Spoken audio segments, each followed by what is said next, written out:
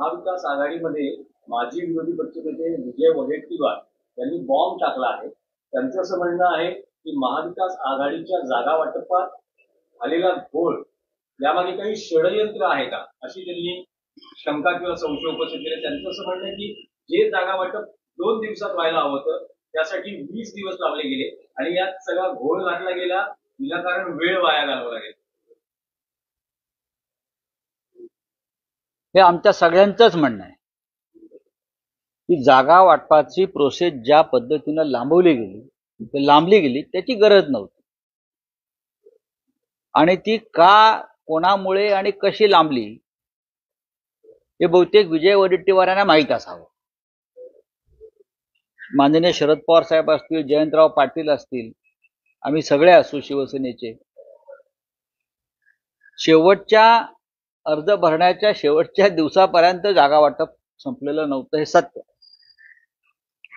कोणत्याही अलायन्समध्ये किंवा आघाडीमध्ये जागा वाटप इतक्या विलंबानं झालं तर एक अस्वस्थता पसरते, कार्यकर्त्यांना काम करायला वेळ मिळत नाही। या उलट महायुतीमध्ये साधारण 2 महिन्यापूर्वी जागा वाटप संपलेलं होतं, बाकी त्यांच्या चर्चा वगैरे काही सुरू असतील।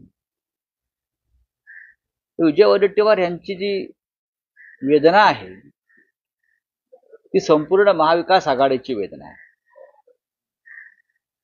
चुका झाल्यात आणि त्या स्वीकारल्या पाहिजेत। अनेक ठिकाणी चुकीचं पद्धतीनं सीट शेअरिंग झालं हे आता आम्हाला कळतंय, तेव्हाही आम्ही सांगत होतो, पण आता त्याच्यावर चर्चा करण्यात अर्थ नाही, एवढंच मी सांगेन। नाना पटोले खापर फोडले का?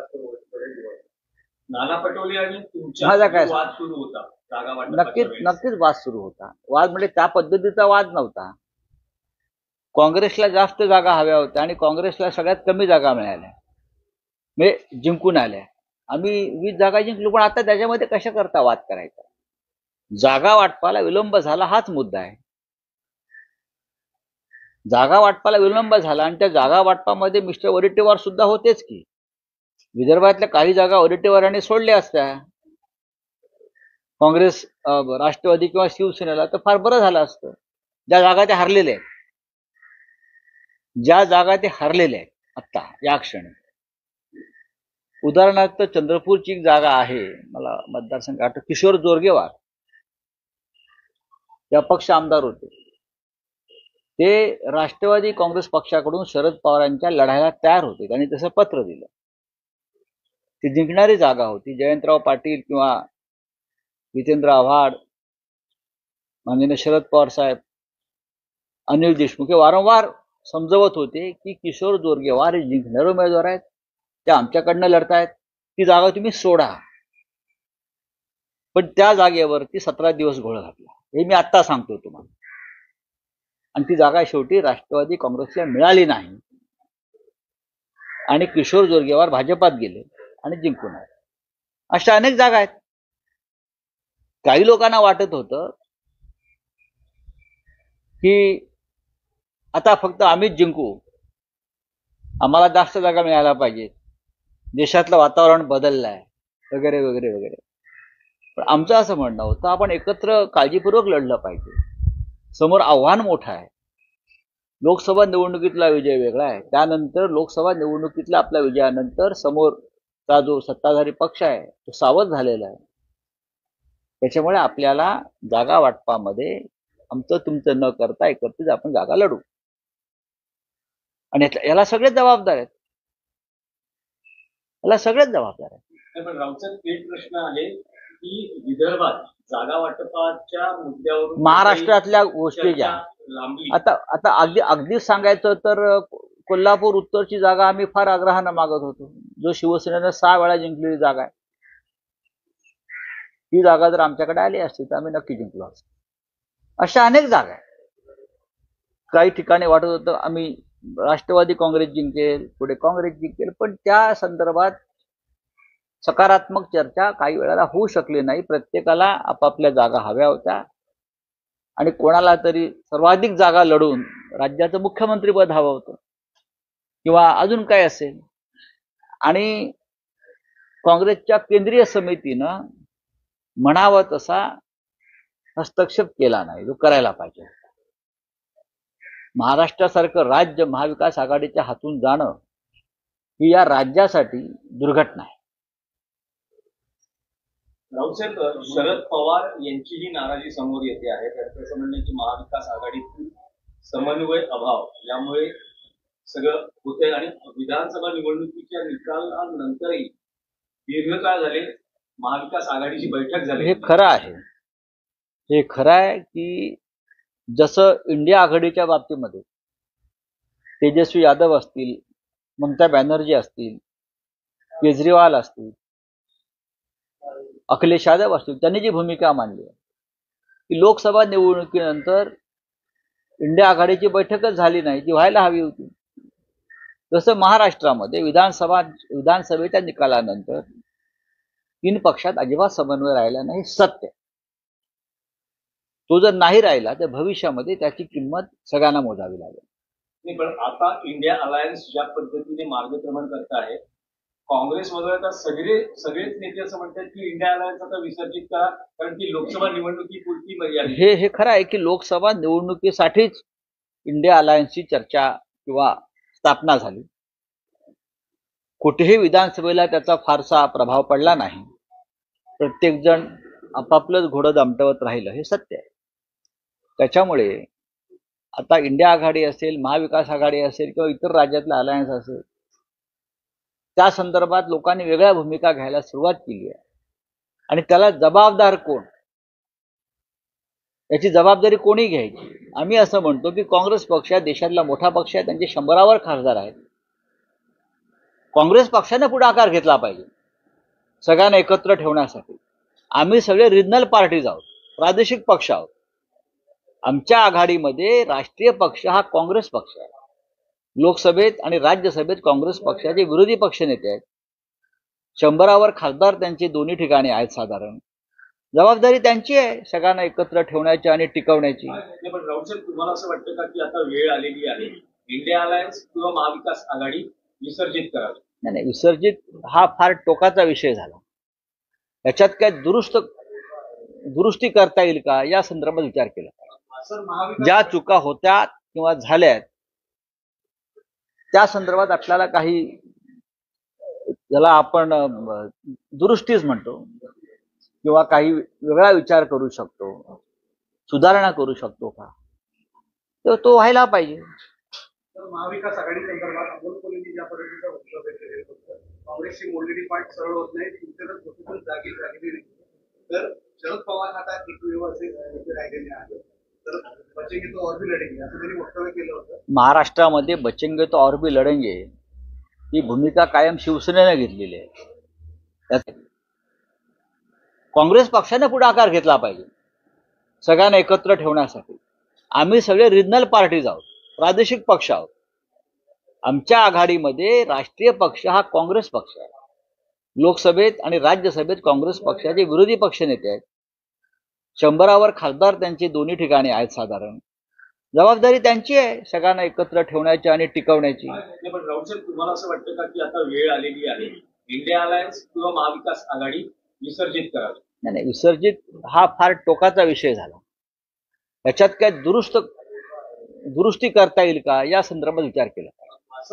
ज्या चुका होत्या किंवा झाल्यात त्या संदर्भात आपल्याला काही, ज्याला आपण दुरुस्तीच म्हणतो, किंवा काही वेगळा विचार करू शकतो, सुधारणा करू शकतो का, तर तो व्हायला पाहिजे. तर महाविकास आघाडी संदर्भात अमोल कोल्हेंनी ज्या पद्धतीचं वक्तव्य केलेलं होतं, काँग्रेसची मोडलेली पाठ सरळ होत नाही, तुमच्याकडे गोष्टीतून जागी झालेली नाही. तर शरद पवार आता एकमेव असे नेते राहिलेले आहेत. तर बचेंगे तो और भी लढेंगे असं त्यांनी वक्तव्य केलं होतं. महाराष्ट्रामध्ये बचेंगे तो और भी लढेंगे ही भूमिका कायम शिवसेनेने घेतलेली आहे. याचा अर्थ असा नाही की आम्ही राहिलेलो नाही. आम्ही जमिनीवरच आहोत. बचेंगे वगैरे काही नाही. लढणाऱ्यांचा आमचा पक्ष आहे. आम्ही कधी झुकलो नाही, वाकलो नाही, तुटलो नाही आणि विकलो गेलो नाही. आमच्या पक्षामधले कोणी सांगत नाही की दुसऱ्या गटात जाऊन सत्तेमध्ये सामील होऊया म्हणून. आमचे 20 आमदार आहेत. त्याच्यातलं एकाचंही म्हणणं नाही की समोर जो फुटलेला गट आहे त्यात सामील व्हायचं आणि सत्तेची ऊब घ्यायची, हे आमच्यात कोणी सांगत नाही. त्याच्यामुळे आम्ही लढत राहू उद्धव ठाकरे साहेबांच्या नेतृत्वाखाली. पण राऊत साहेब, असं म्हटलं जाते की गेल्या काही दिवसांमध्ये देवेंद्र फडणवीस यांची शिवसेना युपीटीच्या नेत्यांनी घेतलेल्या भेटी, म्हणजे उद्धव ठाकरे ते मुख्यमंत्री आहेत ना राज्याचे, ते राज्याचे मुख्यमंत्री, ते राज्याचे मुख्यमंत्री आहेत ना. देवेंद्र फडणवीस या महाराष्ट्राचे मुख्यमंत्री आहेत. विधानसभेच्या सदस्यांनी मुख्यमंत्र्यांना किंवा मंत्र्यांना भेटण्यात गैर काय? आधीच्या मुख्यमंत्र्यांना आम्ही भेटलो नव्हतो का भेटणार नाही, याची कारणं तुम्हाला माहिती आहे. ते घटनाबाह्य मुख्यमंत्री होते. आता त्यांनी शपथ घेतलेली आहे मुख्यमंत्री पदाची की सगळ्यांना समान न्याय देईल, निष्पक्षपणे कारभार करेल. आपापल्या राज्याचे विधानसभेच्या क्षेत्राचे प्रश्न असतात. आमचे सगळे आमदार मुख्यमंत्र्यांना भेटू शकतात, त्यांच्या काय बंधनं नाही आहेत. मुख्यमंत्र्यांना भेटण्यासाठी आमच्या आमदारावरती किंवा खासदारावरती अजिबात बंधनं नाही आहेत. भेटू शकतात आपल्या मतदारसंघातली कामं घेऊन जाण्यासाठी. एकनाथ शिंदे म्हणतात इतक्या लवकर बंद कसं बदलणार, आदित्य ठाकरे भेटली होती, इतक्या लवकर बंद कसं बदलणार, यामध्ये टीका करत होती. त्यांचं काय लक्ष देत आहे? घटनाबाह्य मुख्यमंत्री होते ते, त्यांना माहिती आहे कशा प्रकारे सत्तेवरती होते आणि आले. याचा अर्थ मिस्टर शिंदे हे देवेंद्रजींना मुख्यमंत्री मानत नाहीत. मुख्यमंत्र्याच्या भेटीवरती कसला रंग बदलण्याचा कार्यक्रम तुम्ही सांगा. राष्ट्रवादी कांग्रेसमध्येही चला आपका क्या है? जम्मू कश्मीर चीफ मिनिस्टर ओमर अब्दुल्ला ने कहा है दिल्ली इलेक्शंस के चलते कि इंडिया अलायंस पर कोई क्लैरिटी नहीं है. उन्होंने कहा अगर क्लैरिटी नहीं मिलती है तो खत्म करें अलायंस. बात खत्म करने की नहीं है, लेकिन मैं ओमर अब्दुल्ला जी की जो बात है उनसे सहमत हूं. लोकसभा चुनाव हम एक साथ लड़े, अच्छा रिजल्ट भी आया है. उसके बाद ये हमारी जिम्मेदारी थी सबकी, खास करके कांग्रेस पार्टी की, जो एक बड़ी पार्टी है हमारे अलायंस में, कि ये इंडिया अलायंस जिंदा रखे. फिर एक बार सबको एक साथ बैठकर क्या करना है देश में, कौन से मार्ग से जाना है, उसका मार्गदर्शन करे, चर्चा करे. लेकिन अब तक आफ्टर लोकसभा इलेक्शन एक भी इस प्रकार की बैठक हुई नहीं है. ये इंडिया अलायंस के लिए ठीक. तेजस्वी यादव जी की एक बात मैं सुन रहा था, अखिलेश यादव जी, केजरीवाल जी, उमर अब्दुल्ला जी, ममता बनर्जी, सबका ये कहना है कि इंडिया अलायंस का कोई वजूद रहा नहीं. लोगों के मन में इस प्रकार की भावना अगर आती है तो उसके लिए इस अलायंस की सबसे बड़ी पार्टी जो है वो जिम्मेदार है. कम्युनिकेशन नहीं है, डायलॉग नहीं है, चर्चा नहीं है. इसका मतलब है इंडिया अलायंस में सब कुछ ठीक है या नहीं, उसके बारे में लोगों के मन में शंका है. तो पवन खेरा भी यही कह रहे कि इंडिया अलायंस लोकसभा के लिए उसके अपना की जवाबदारी है. तो बता दीजिए, जाहिर कर दीजिए कि नहीं है, तो हम अपने अपने मार्ग हम चुन लेंगे. अगर कांग्रेस पार्टी की ये भूमिका है, लोकसभा के लिए बनी थी, अब उनका कोई वजूद नहीं है, तो ऑफिशियली आप डिक्लेयर कर दीजिए. और बाद में ये मैं आपको बताता हूं, फिर वापस इंडिया अलायंस नहीं बनेगा अगर एक बार ये टूट गया तो. अगर ये भूमिका किसी पार्टी की है जो बड़ी पार्टी है, तो आप सोच लीजिए इस प्रकार का बयान करने से पहले कि आगे क्या हो सकता है. चलो, थैंक यू. शरद पवार जी ने एक ही महीना हुआ है सत्ता में आए, गवर्नमेंट स्ट्रगल कर रही है, तो लाडली बहन जो स्कीम है उसको डिलीवर करने में 2100 रुपए जो है उसको बढ़ाने की बात की गई थी, वो नहीं. 2100 नहीं, जो 1500 है वो देने के लिए दिक्कत आ रही है. वो तो इलेक्शन जुमला था, चुनाव जितना था, 1500 रुपया में बहनों के वोट खरीद लिए. अब बंद कर देंगे और वापस जब चुनाव आएगा तो आखिरी महीने में दे देंगे. ठीक है, चलिए, थैंक यू. शरद पवार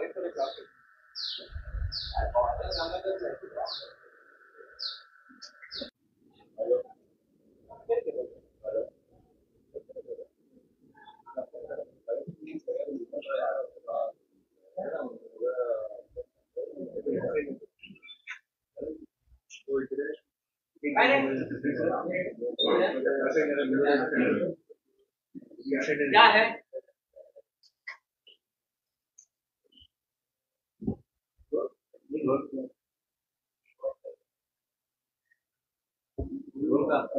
साहेब, महाविकास आघाडीमध्ये माजी विरोधी पक्षनेते विजय वडेट्टीवार यांनी बॉम्ब टाकला आहे. त्यांचं असं म्हणणं आहे की महाविकास आघाडीच्या जागा वाटपात आलेला घोळ यामागे काही षडयंत्र आहे का, अशी त्यांनी शंका किंवा संशय उपस्थित केले. त्यांचं असं म्हणणं आहे की जे जागा वाटप 2 दिवसात व्हायला हवं होतं त्यासाठी 20 दिवस लावले गेले आणि यात सगळा घोळ घातला गेला, विनाकारण वेळ वाया घालवला गेला.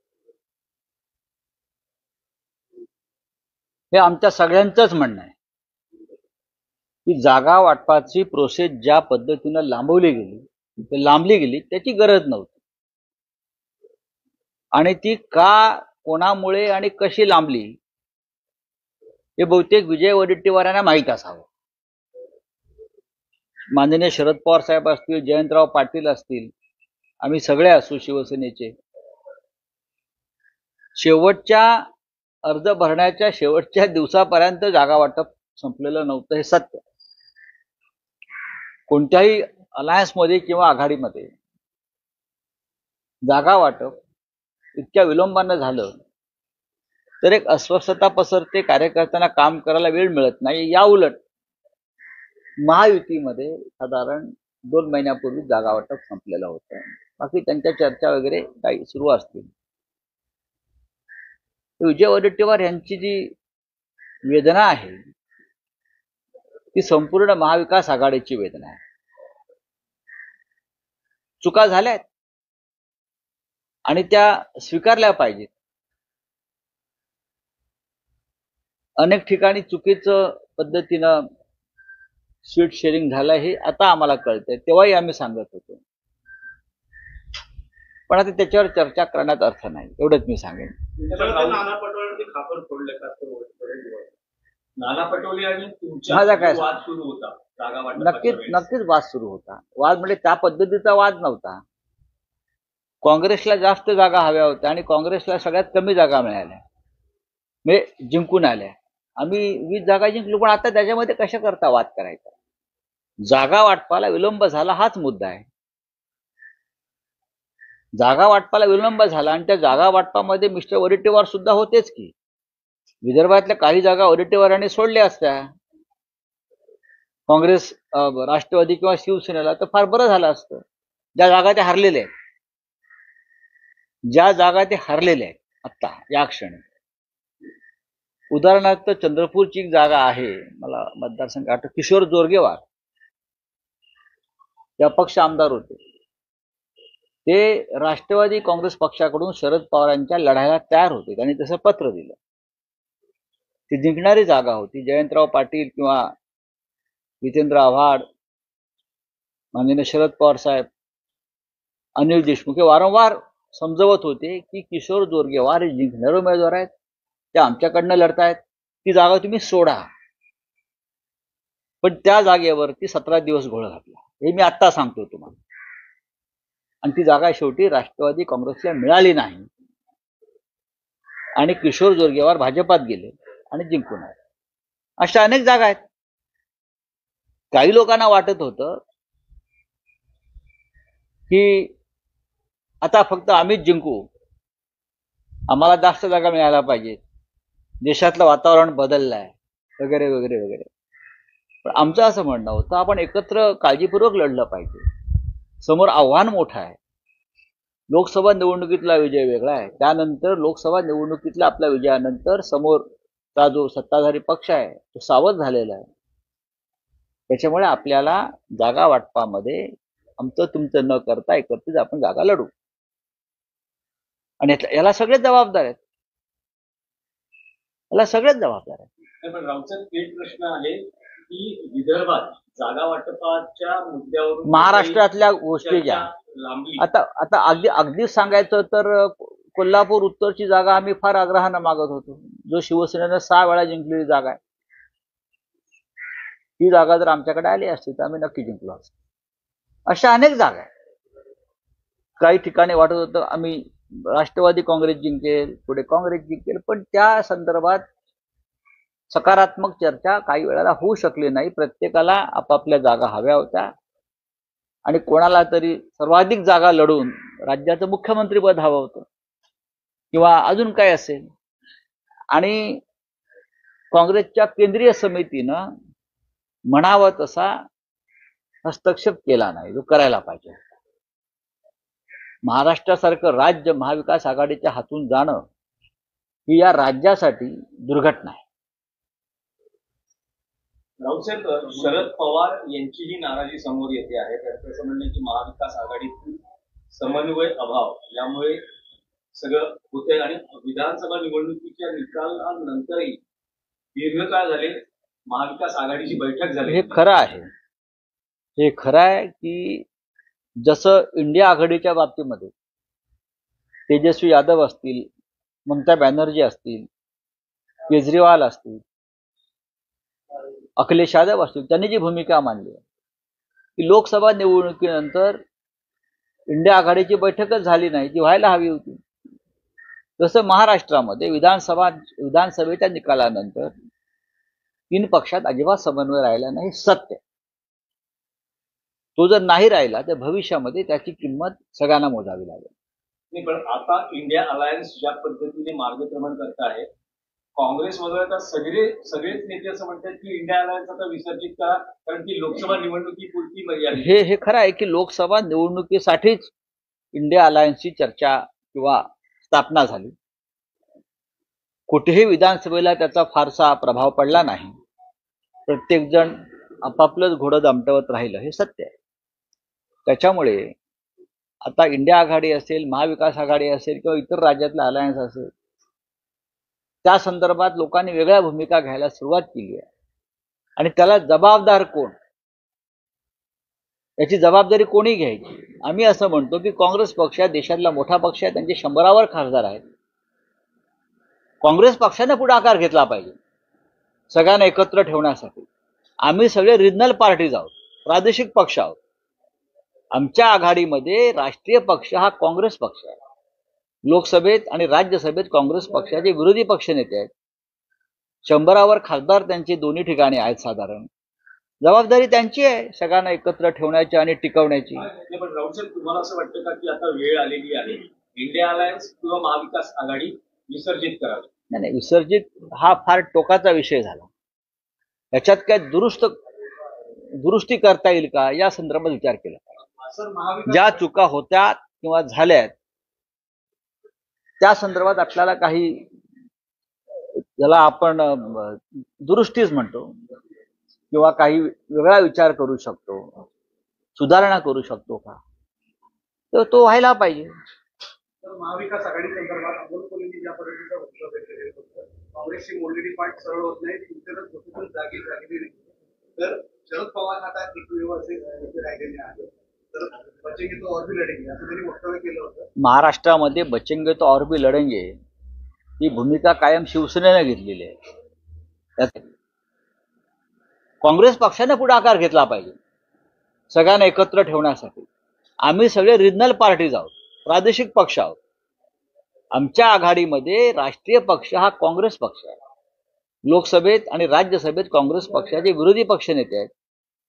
100वर खासदार त्यांचे दोन्ही ठिकाणी आहेत. साधारण जबाबदारी त्यांची आहे सगळ्यांना एकत्र ठेवण्याची आणि टिकवण्याची. पण राऊतसाहेब, तुम्हाला असं वाटतं का की आता वेळ आलेली आहे इंडिया अलायन्स किंवा महाविकास आघाडी विसर्जित करावी? नाही, विसर्जित हा फार टोकाचा विषय झाला.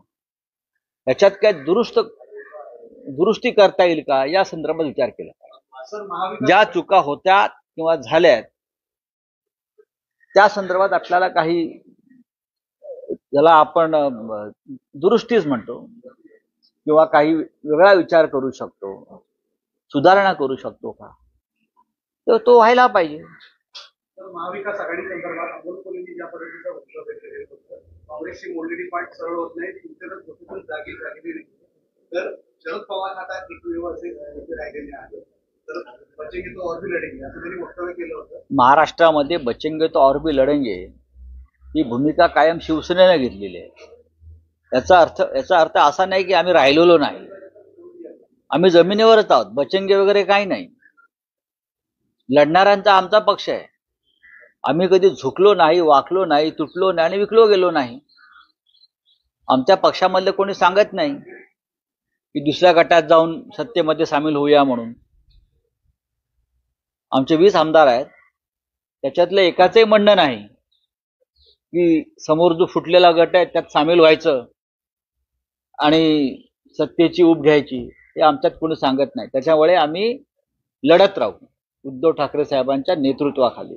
पण राऊत साहेब असं म्हटलं जाते की गेल्या काही दिवसांमध्ये देवेंद्र फडणवीस यांची शिवसेना युपीटीच्या नेत्यांनी घेतलेल्या भेटी म्हणजे उद्धव ठाकरे ते मुख्यमंत्री आहेत ना राज्याचे. ते राज्याचे मुख्यमंत्री ते राज्याचे मुख्यमंत्री आहेत ना. देवेंद्र फडणवीस या महाराष्ट्राचे मुख्यमंत्री आहेत. विधानसभेच्या सदस्यांनी मुख्यमंत्र्यांना किंवा मंत्र्यांना भेटण्यात गैर काय. आधीच्या मुख्यमंत्र्यांना आम्ही भेटलो नव्हतो का भेटणार नाही त्याची कारणं तुम्हाला माहिती आहे. ते घटनाबाह्य मुख्यमंत्री होते. आता त्यांनी शपथ घेतलेली आहे मुख्यमंत्री पदाची की सगळ्यांना समान न्याय देईल, निष्पक्षपणे कारभार करेल.